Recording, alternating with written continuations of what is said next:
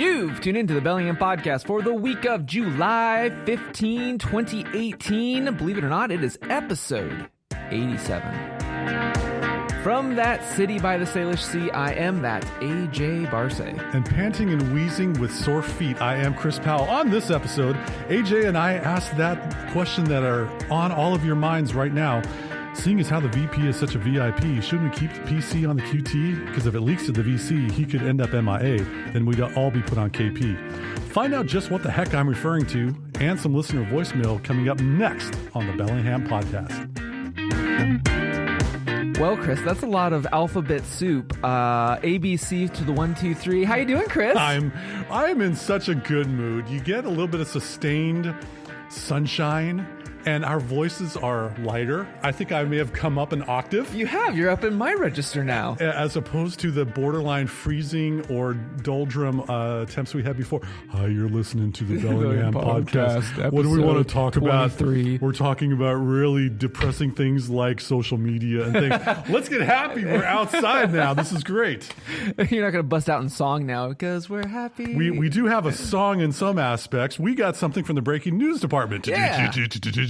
And now to our roving correspondent, AJ. Take it away. I'm the roaming correspondent? Or roving. Or roping if you're a cow person or something else like that. No, not a cow person, but I'm a podcast person. And 2 episodes back, I made the announcement that we are on iHeartRadio and their editorial staff let our show in. And I had jokingly said, attention Spotify, hey Spotify, you're the only one that we're not on yet, Spotify. And I may have DM'd a few people.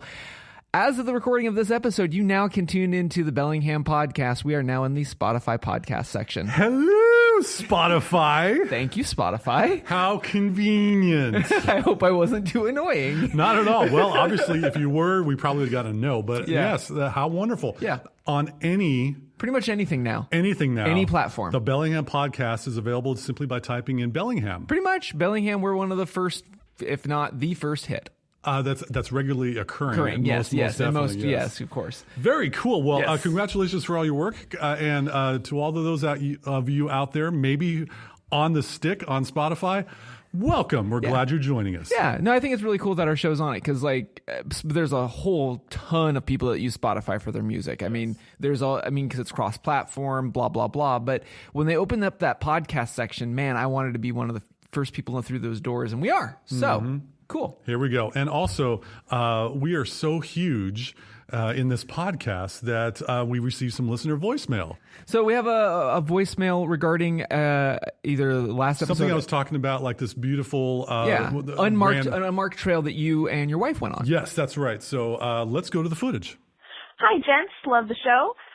Just finished listening to episode 86. It is great. Love the references. They're always hilarious to listen to. So on a previous episode, I don't remember which one, you made reference to some travel apps, and one of them is maps.me. I have downloaded it. I love that app. It is great for some, I would say, almost off the map locations that aren't on the usual ones like Google and etc. And listening to your directions, Chris, maps.me says you were on the Skagit Crest Trail. So maybe I'll go check that out. Thanks for the suggestion. Keep it up, guys. Love it. Bye. Okay, so it wasn't footage. It was like a voicemail recording. Right. But anyway, that's great. Thank you so much, caller, for leaving us some information. I appreciate the clarification. I was on the Skagit Crest Trail. Yeah. It was not marked, but I'm glad someone designated it on maps.me. Go check that out. Yeah, I find that funny. That's something that we've mentioned, I don't know, 20 or so episodes back. Man, I have to mark like every 10 episodes, like 20 or 30 episodes back. We talked about traveling and being off the grid. And that's cool that's an Open Maps Consortium player. Like they're not using Google or Apple. That Open Maps initiative has that trail marked. That's cool. Very cool. So that's the clarification. And let's move on. What are we talking about today? Well, we are continuing on our Urban Hikers Grand Tour. No theme for this. Oh, okay. Well, I've moved past the theme. Oh, is our show too big for you to make a cool little goofy theme? Yes, I'm too big for the self-initiated theme songs for our bits. Let's just talk about hiking and the grand tour of where we're going and where we have been. So in our continuation of our grand tour, I'm bringing you another resource. So Chris and I, we've been definitely lobbying for different trails that we've either stumbled upon or we've been deliberate in taking. And we mentioned before WTA.org, which allows you to be able to look up trail reports and where trails are, and that whole thing of how much elevation you may climb and how fast that elevation hits you. Oh, yeah. So I have another resource for you. It's called the Outbound Collective, the outbound.com, and you can do /hiking or /other aspects, and I'll get to that in a second. But if you are looking to scout out different trails or different places that you're going, and you're like, hey, I'm into hiking. Okay, you can filter sort their stuff by hiking. Now, let's say you're not an avid adventurer. You're like, I just want to drive up and just walk because maybe, and we talked about this a couple episodes back, maybe you don't have the most mobility. Well, you can also filter sort by, get this, chillin'. Literally, like you just go to a place and just chill. Chill. Just chill. Okay, that's a great little filter. Yeah. Okay. Chillin', or camping, or swimming, or backpacking, or guess what, Shutterbugs, by photography. So these places that you want to have a little micro adventure and get to the top or get to the destination and know that there is a scene waiting for you. The Outbound Collective allows you to filter sort all of their expeditions by these different filters, as opposed to just traditional hiking and trekking sites where it's literally, the nuts and bolts of the trail. So check it out if you're looking for new places, especially if you have something in mind. Like if you want a place that's swimming, or if you just need a place like you mentioned, I think last episode, you want to get to a place and just find your inner zen. Yes.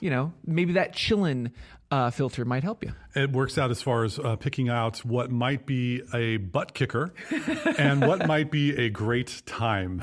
So yeah, check that out. Definitely got, wait, drinking game. Got a link in the show notes. There you go. Consumed. All right. So Chris, where has your 2 feet taken you these days? Yeah. So every weekend, my wife and I go to some Whatcom County trail out there for a hike. That's right. And so this past weekend we went to Fragrance Lake, and that is up from Larrabee State Park. We played Frogger, crossing Chuckanut Drive from whence we parked, and walked straight the heck up. But I'm not complaining. You're not hearing me complain. No, we're not. I didn't know when we'd finally arrive, but eventually we did. And Fragrance Lake is a lovely lake, definitely photo op worthy. There's a wonderful shot of it on the WTA site for the trail profile or the lake profile.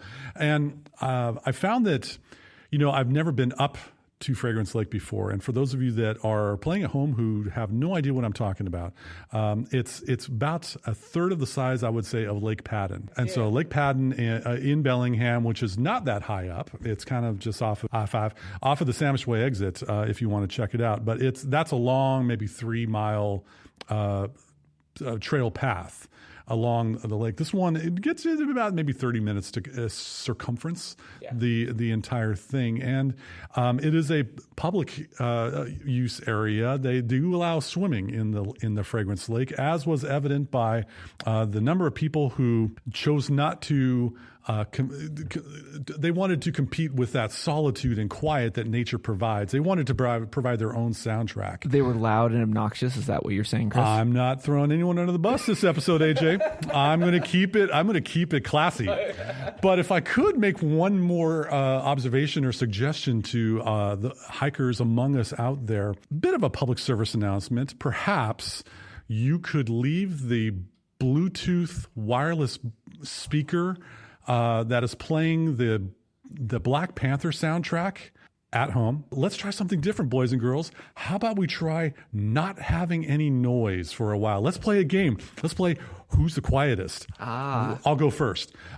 So yes, that was an unexpected soundtrack to our hike up to Fragrance Lake, but mercifully didn't last that long. So it was more of a what the heck. But that's a bummer. It is a good 2.5 miles to get to where you're headed and such. And there's some beautiful other trails nearby. So do your research. Don't take my word for it. Discover this for yourself. And if I may, you may. This message is directed not to those people I just mentioned, but I want to talk to some men out there.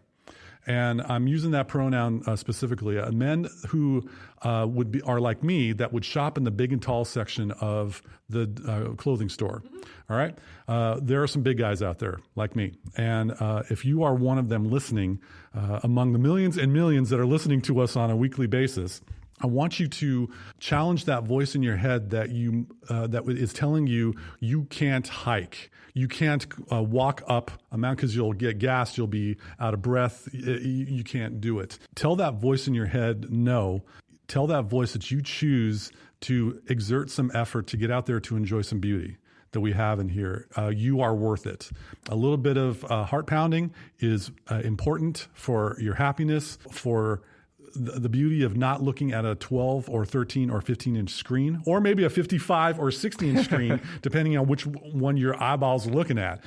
To the big guys out there, I see a lot of folks that are the hikers, and they got the backpacks and they're just chugging up the hill. Well, I'm panting and wheezing, and I am doing it not just because I love my wife, which I do, but also it's to do something different that you not normally would do during the day. And I just want to encourage our taller or our heavier listeners among us. Give it a try. Anyone can do it. Enjoy some of the beauty. Stop looking at screens. Get out there. Get some sunshine. Get some vitamin D. Get a sunburn. Hopefully you put some UV protection, but you don't have to do the latter. Chris. All right. Strike that last comment. But just get out there, would you? All right. That's the end of my public service announcement. Thank you very much. To quote you numerous times on the show, preach! So moving on. So this last weekend, I went on a little bit of an urban adventure. We visited some of our friends down south. How south am I talking? Olympia. Exit 105, 103 area, if I recall correctly. Wow, that's good because I don't even know what that is. Well, my mom lives in Lacey, which is north of Olympia, and it's exit 108. So I'm just giving you a couple miles. Very good. Hi, Chris's mom. Anyway, so we went down there, and it's been a while since I've been through our state capital, and which is a cool area and stuff. And we did the things like the farmers market and such. But what was really cool is there's an outlying burg near Olympia called Tumwater. Yes, the water of Tum. The water of Tum. And so it was cool because before we left, our friends introduced us to this really cool place in Tumwater. That would be Thurston County for those of you playing along at home. And it's called Tumwater Falls Park. Now, you're probably thinking to yourself, AJ, you're in an urban area. It's a city. Where are there waterfalls in a city? Well, let me tell you a little bit of history. So Tumwater, this little small podunk town, as you may not think of it today, the city was founded in 1845, folks. 1845. Washington's been around for a while. It has. It was originally named Newmarket. In 1863, the city was known as Tumwater, which is Chinook jargon for a waterfall. Imagine that. There's a whole circle here. Okay. Tumwater is also known as, quote, Washington's first community. It was the starting point for further American settlements in Olympia, Seattle, Whidbey Island, and the other points around Puget Sound. So we kind of give it a little bit of tip of the hat because it was kind of a stakehold to what we have out here in the Washington territory. So Tumwater Falls, and I've got a link to the WTA report for it.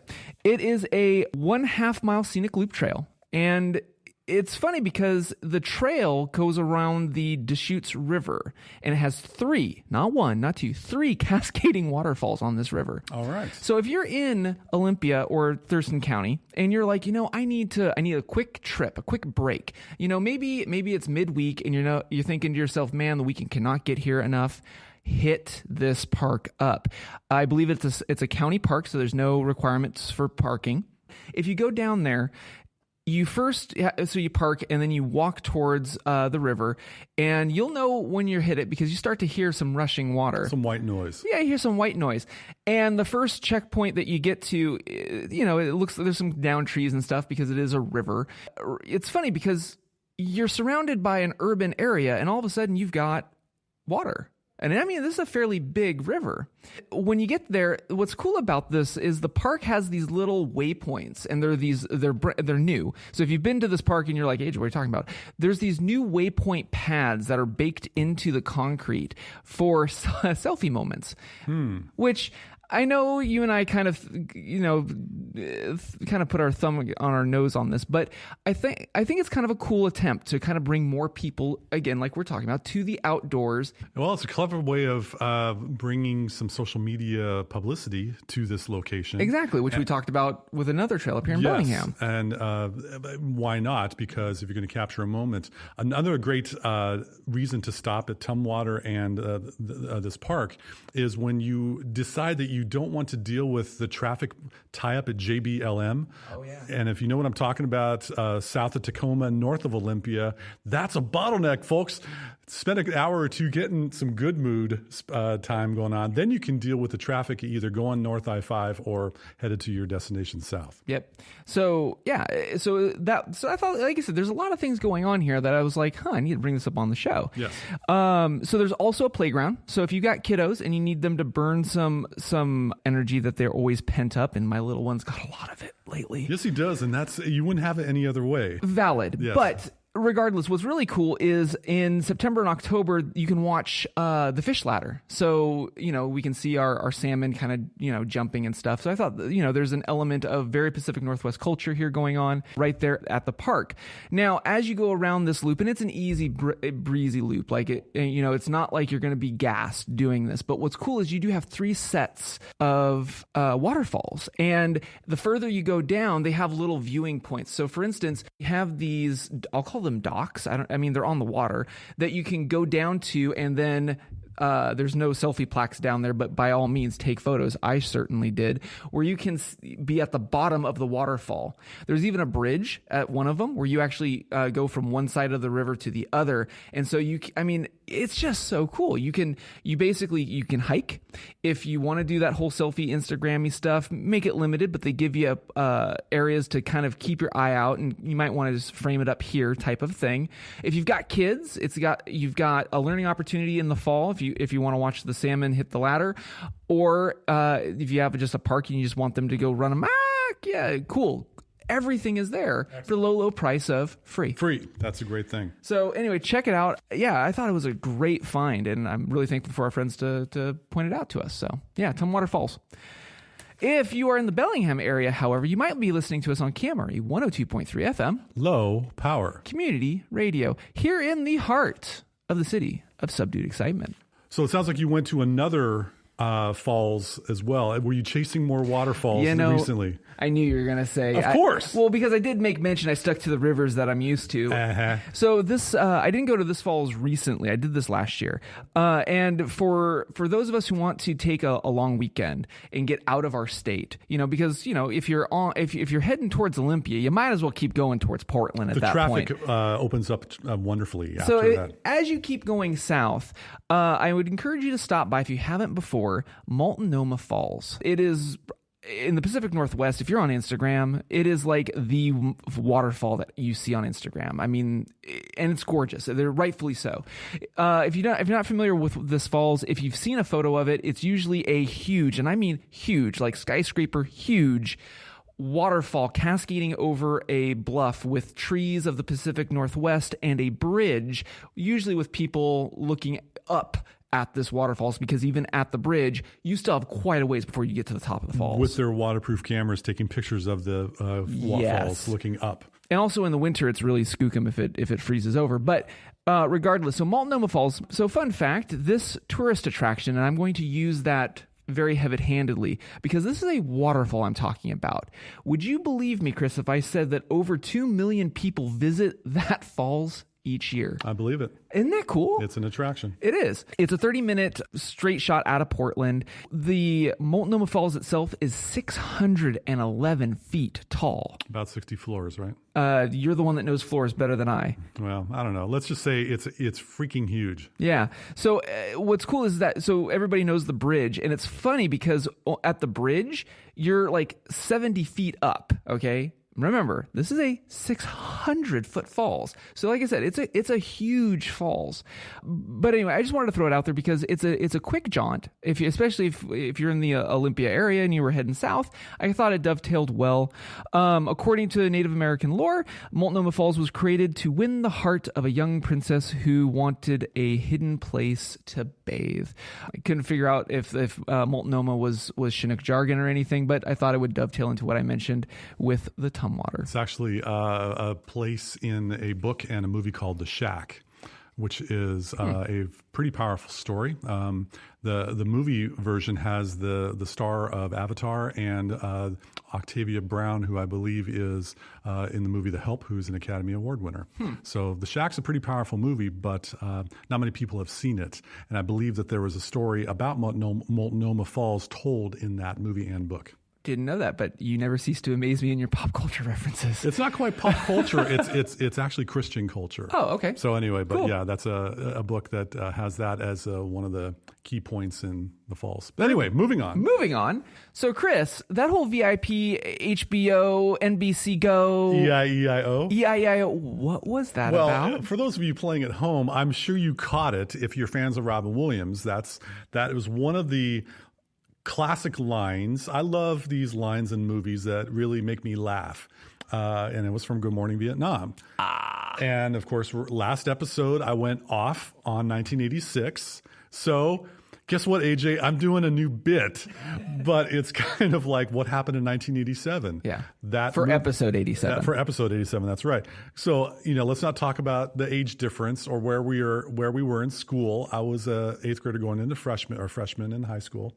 And I was a freshman going into, I was young, but Good Morning Vietnam came out, and for those ladies in the house, Dirty Dancing was a big hit. Don't ever put baby in the corner. No.